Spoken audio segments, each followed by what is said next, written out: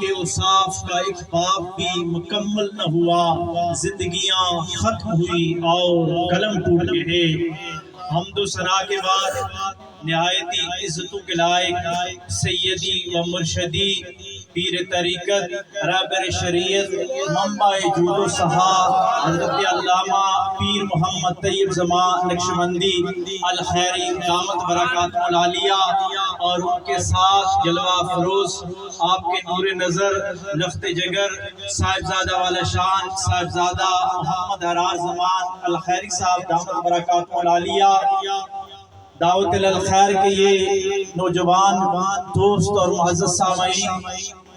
اللہ تبارک و تعالیٰ کا لاکھ لاکھ شکر ہے کہ اللہ تبارک و تعالیٰ نے آج ہمیں حقیقی معنوں میں یہ میلاد مصطفیٰ صلی اللہ علیہ وآلہ وسلم کی بزم عطا فرمائی۔ اور میں اپنے بڑے بھائی ارشد نواز ستی صاحب کو مبارکباد پیش کرتا ہوں کہ یہ دل کی بات ہوتی ہے کہ جس طرح کنیکشن جڑ جاتا ہے تو وہاں پہ پھر کیفیات ہو جاتی ہیں کہ یہ اہل اللہ اولیاء اللہ جس خلوص کے ساتھ آتے ہیں ان کو تو خلوص ملا ہوتا ہے، ان کی رگوں میں ودیت کر دیا جاتا ہے یہ خلوص کہ یہ جس جگہ پہ بھی جاتے ہیں وہاں خلوص کے ساتھ جاتے ہیں، کیونکہ ان کی زندگی کا مشن مدعا اور مقصد یہ ہوتا ہے کہ ذکر خدا اور ذکر مصطفیٰ عام ہو جائے۔ لیکن بدلے میں جس گھر میں محفل ہو رہی ہوتی ہے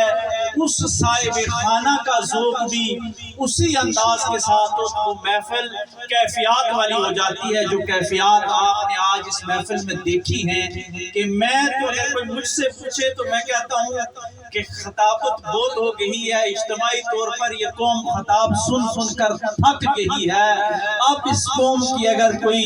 نجات کا چارہ ہے تو یہ اللہ والوں کی صحبت ہے۔ میں تو کہتا ہوں کہ یہ جو عرفانی اور وجدانی محفل ہوتی ہے یہی نوجوانوں کو سکھائی جائے، یقین جانیے یہ کیفیت جو ہے یہ دلوں کو اصلاح کر دیتی ہے۔ اور اذہان کی بالیدگی کے لیے قبلہ پیر صاحب کا حکم ہوتا ہے تو چند لمحوں کے لیے گفتگو کرنے کے لیے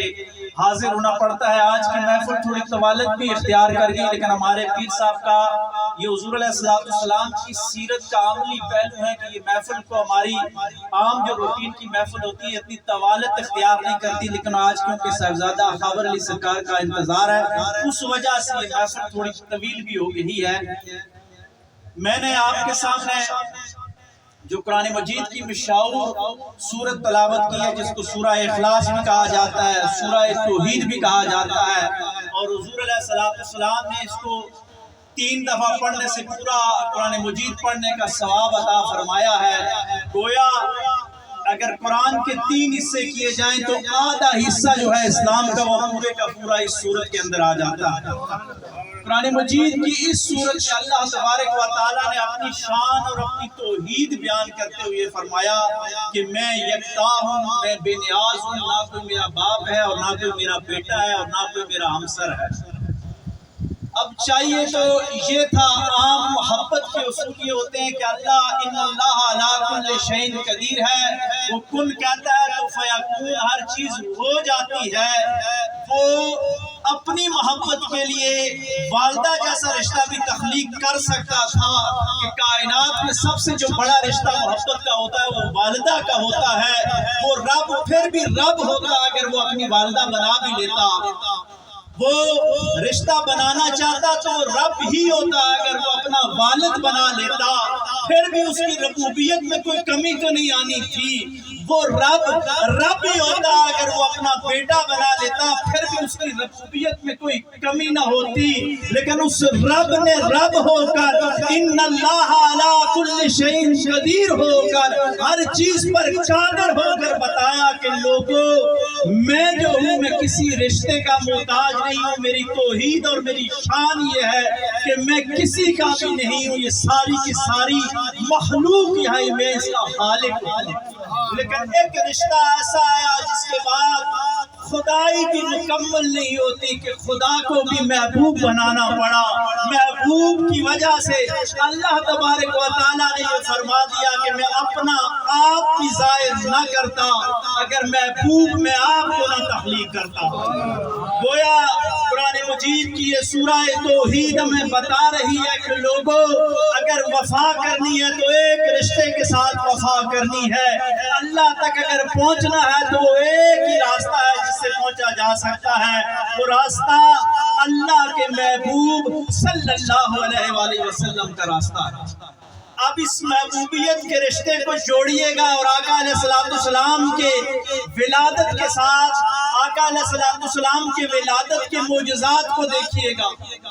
کہ معجزات لکھنے والوں نے جب میرے آقا علیہ السلام کے معجزات کاؤنٹ کیے تو ویسے تو لا تعداد ہیں، لیکن انسانی عقل جہاں تک جا سکی کہ 4440 معجزات میرے آقا علیہ السلام کے وہ ہیں جو سیرت نگاروں نے مختلف کتابوں میں لکھے ہیں. اس میں ایک کثیر حصہ وہ ہے جس میں رات کو آقا علیہ السلام پیدا ہوئے، وہ ولادت کے اور میلاد کے معجزات ہیں. ان معجزات کا اگر آج تذکرہ کیا جائے ولادت مصطفیٰ صلی اللہ علیہ وآلہ وسلم کی اس بزم میں، تو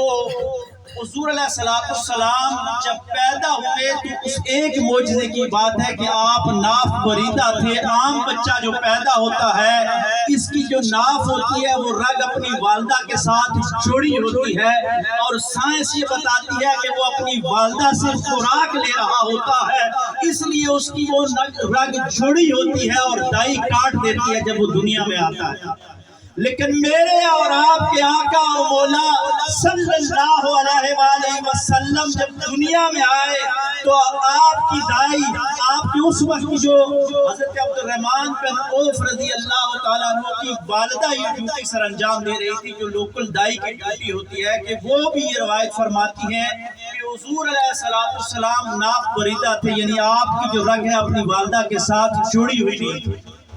یہاں سے محبوبیت کا رشتہ واضح ہو جاتا ہے کہ عام بچہ جو ہوتا ہے وہ اپنی خوراک اپنی والدہ سے لیتا ہے، لیکن جو رب کا محبوب ہوتا ہے اللہ کی قدرت اور طریق یہ تھی کہ وہ آمنہ علیہ السلام کے بطن سے آئے گا، لیکن اس کی خوراک کا جو نظام تھا وہ رب نے اپنی طرف سے جاری کیا ہوا تھا. گویا وہ ماں کے بدن میں بھی ماں کا محتاج نہیں تھا، ماں کی خوراک کا محتاج نہیں تھا. یہ میرے آقا علیہ السلام کا معجزہ ہے. پھر ذرا